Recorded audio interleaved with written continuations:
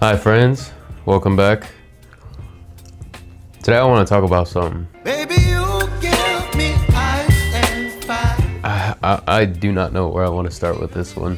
I'm just getting home, so hence why I'm still kind of fitted. I didn't have to dress up for the video. This is just how I already was, flawless. I did get a haircut though. This is new. What we think?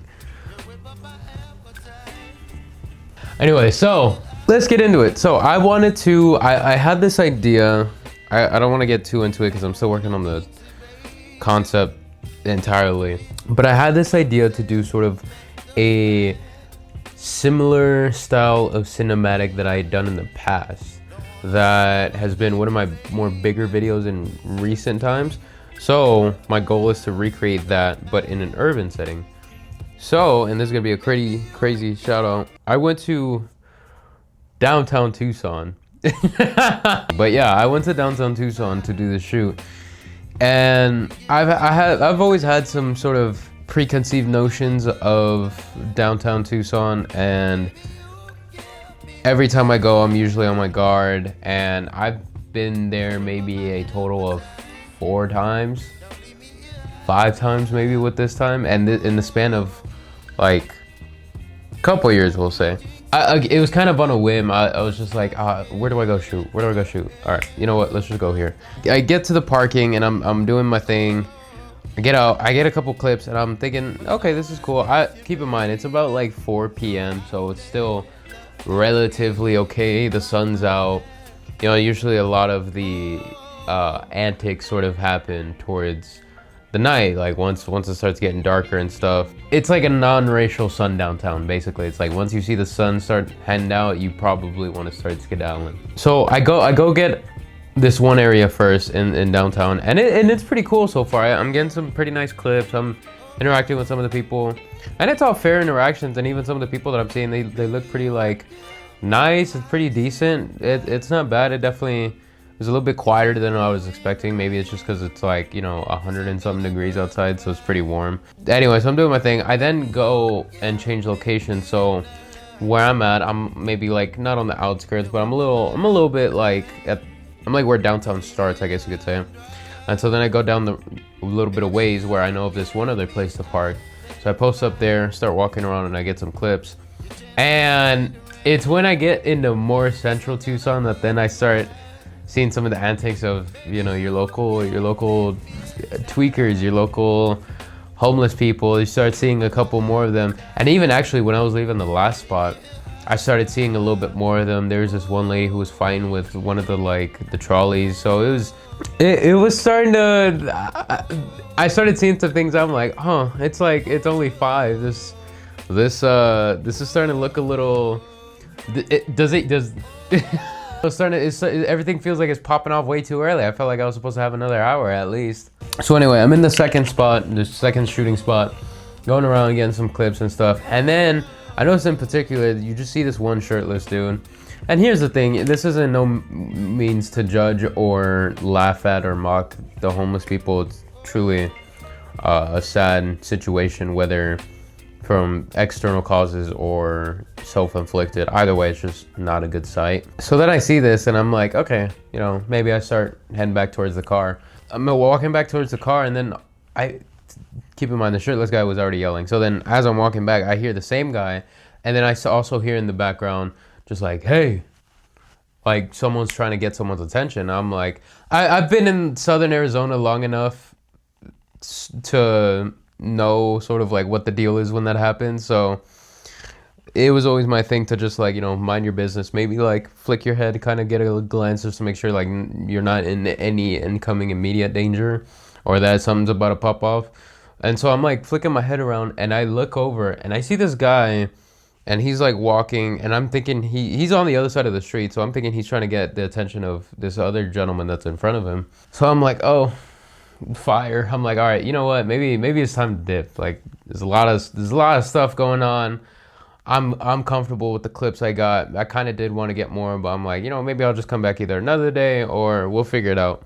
So as I'm walking back, I still hear it. I hear it. And then I see the dude that was next to me, not the one that's yelling, but the one that was in front of the guy.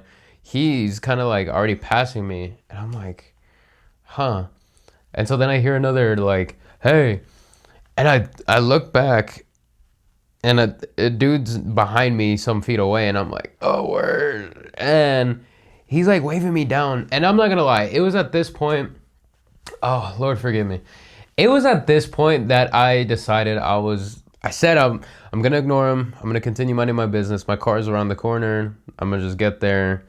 I do not feel like getting. I have my camera in my hand. Thankfully, I didn't have my bag with me because then I would have really felt like super even more guarded. But I had my camera with me. I had my battery packs with me. So kind of did have. I was like a little bit. I was very cautious just because I'm like, all right, let something happen. There goes my camera. And so I'm still walking. I'm not walking at like a fast pace or like a getaway pace. I'm still at the same cool, comfortable pace that I was originally at. Just kind of, more directed, more focused. So as I'm walking, same thing. Just, hey. I'm thinking like, oh man. Because I've been in this situation before. And so I'm thinking, oh man, like maybe this guy's going to ask for money. Maybe he's just going to like, get my attention and tell me something random. Or I'm thinking basically not necessarily the worst. I'm not thinking like, oh, what if he kills me? I'm thinking, I'm seeing him as a nuisance basically. I turn the corner. And I'm thinking, all right, maybe it's around here that I lose it. I lose his attention. Maybe he walks away, assuming, for whatever reason, he was just wanting to, get $1 from me or whatever. This feels terrible that I'm saying this out loud, but I'm thinking, I turn the corner and I'm thinking, all right, that's gone. Dude, as I'm walking, I hear it again, just, hey. And I'm like, all right, you know what? I'm next to a church, so I'm thinking, you know what? Let's see what's up. So I turn around, and the guy's like there. He's waving me down, and he has a cane too. So I'm like, let's see what's up. So I walk up to him. I'm like, hey, how's it going? And he's very energetic, very outgoing. Not necessarily in the sense of a tweaker. He seems kind of like he's wearing like a street outfit, like normal wear, regular shirt, regular shorts, shoes. Like he looked like a normal guy, and so I was just kind of like, oh, all right. He was like, are you an influencer? I was like, my man, I'm trying to be maybe not influencer, but I've online presence, shall we say? And so I was like, oh, not yet. I'm getting there though, and and he was like, oh, okay, I saw you with the camera, and so I figured you take pictures, you do something for social media, and I was like, yeah, I have my media company, and right now I'm just kind of getting some cinematics, doing some stuff for a video idea. And he was like, oh, okay. And he was, long story short, he was basically telling me he has his own business, he has his own practice. He essentially wants to have an online presence so that he can generate clients for his business while still tailoring it more to like a personal brand, because he'd rather people know him for him and then his business second, rather than promoting it as a business entirely. We get to talking more, and he's asking me, he's like, how would if I wanted to go about, keeping retention or, keeping people looped into or hooked onto the video that they're watching of mine, like, how would I do that? And so I kind of give him a little bit of a breakdown, and 2-3 seconds into this conversation, not even that, he came to me with such humility and sincerity of wanting to know how to actually do this thing that I have not only prayed for, but put in so much time and effort towards getting better at. It was an opportunity to share that with someone, and I don't get to do that. That's why I post these videos, is because I have literally nobody to talk to, nobody to relate to these experiences of not just building a business, but building a media business, working on videos. I am the only person that I know who experiences this. And so having, he was an older gentleman, but having this creation of God, this genuine person coming up to me and asking me, hey, you seem like you might be an expert or might carry wisdom for this thing that I want to learn more about. Can you share this with me?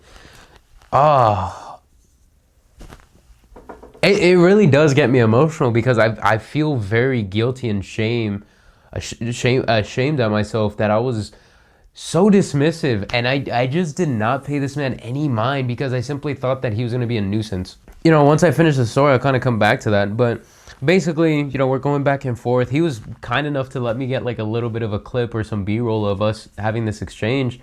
He gave me his business card, his contact info, and he was such a kind gentleman, such a sweet soul, genuine, and just wanted to learn something. And he, so much so that he ended up giving me money. And and I tried to give it back to him. It wasn't much. It was a $2 bill, but like, that's so cool. The fact that was something like of importance to him, because he had collected those, and he collected these like these old quarters.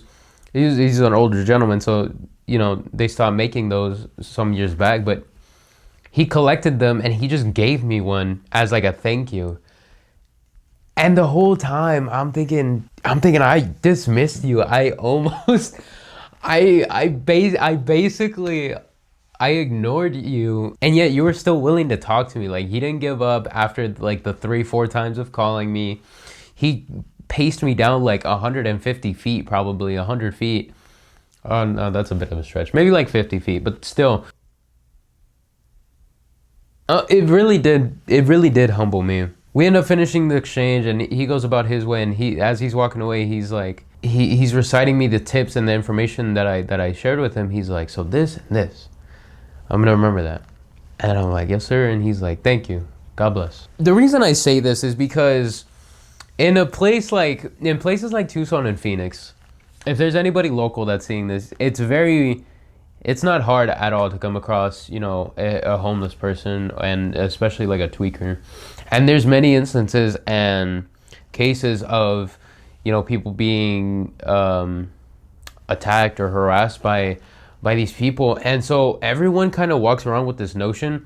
But it is unfortunate because people who are at least in a more better situation kind of carry this notion of, oh, just don't bat an eye, and they won't do anything. And I've practiced that for a long time, but even then I've kind of broken that rule to either exchange in maybe a little bit of conversation, or even just to give them some money or food or resource or something.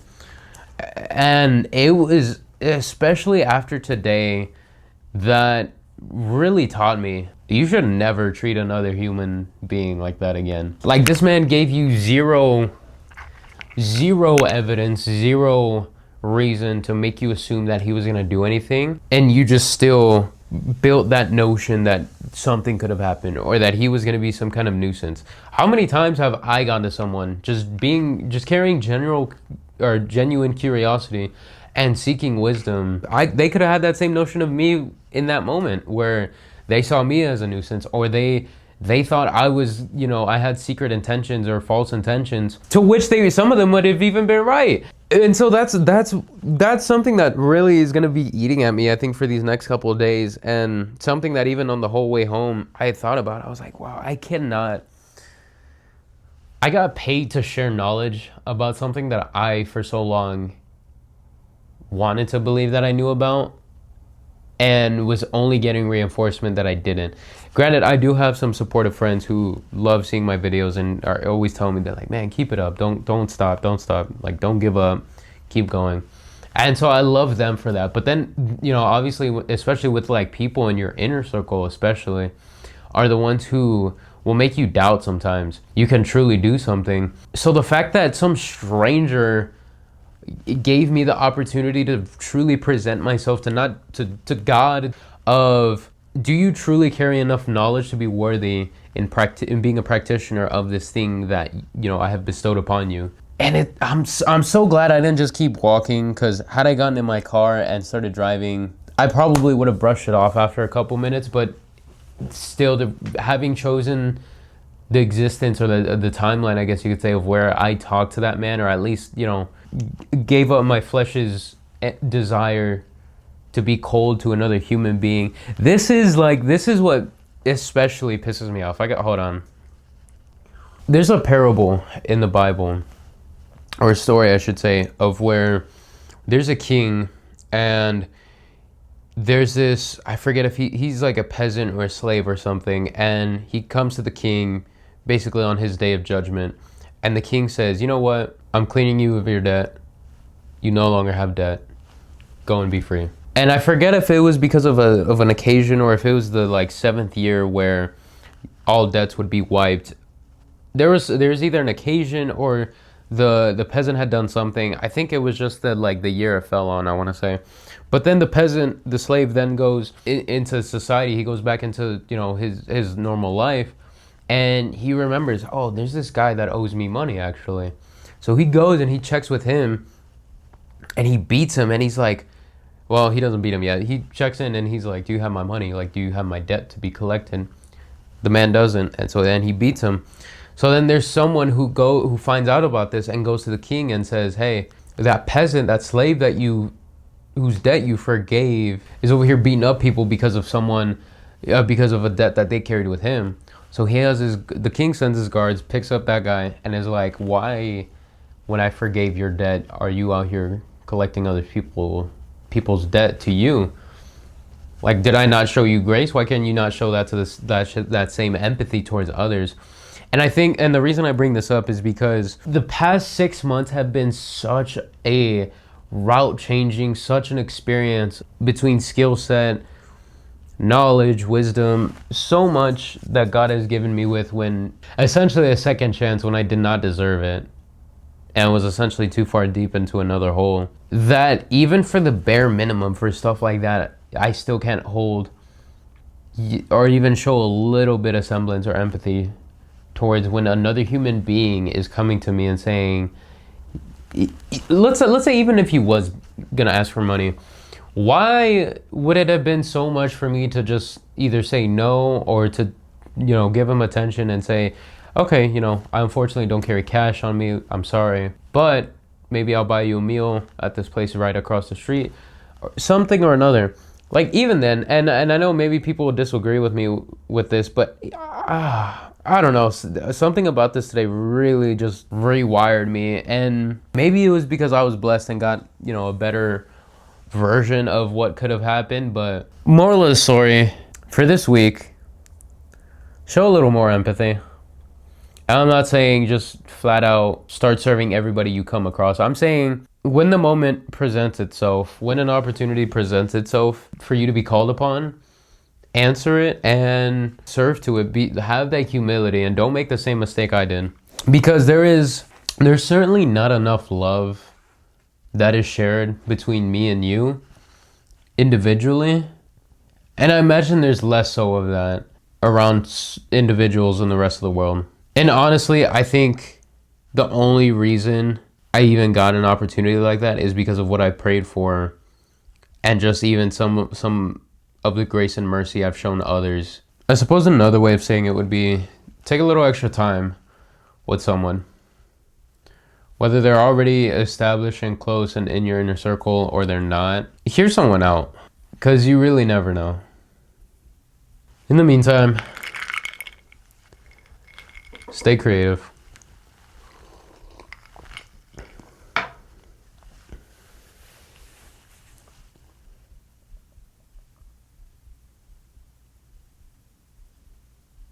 And love more.